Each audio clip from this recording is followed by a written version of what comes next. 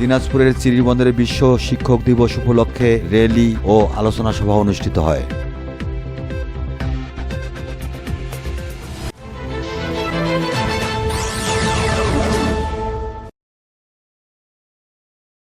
আসসালামু আলাইকুম। এমকে টেলিভিশনের নিয়মিত সংবাদে আপনাদের স্বাগত জানাচ্ছি আমি শারমিন মিনা। এতক্ষণ শুনছিলেন সংবাদ শিরোনাম, এখন ডেস্ক থেকে বিস্তারিত।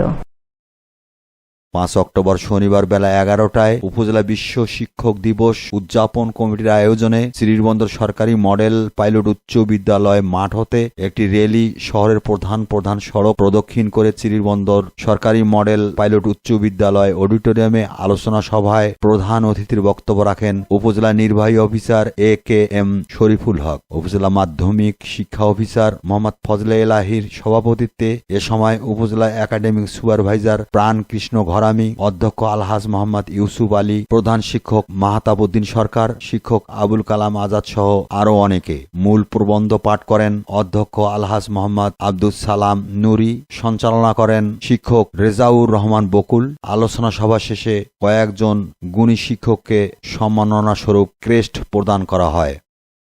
ওয়াহিদুল ইসলাম, নিউজ ডেস্ক, MK টেলিভিশন। শেষ করছি এমকে টেলিভিশনের নিয়মিত সংবাদ। এতক্ষণ সাথে থাকার জন্য সবাইকে ধন্যবাদ।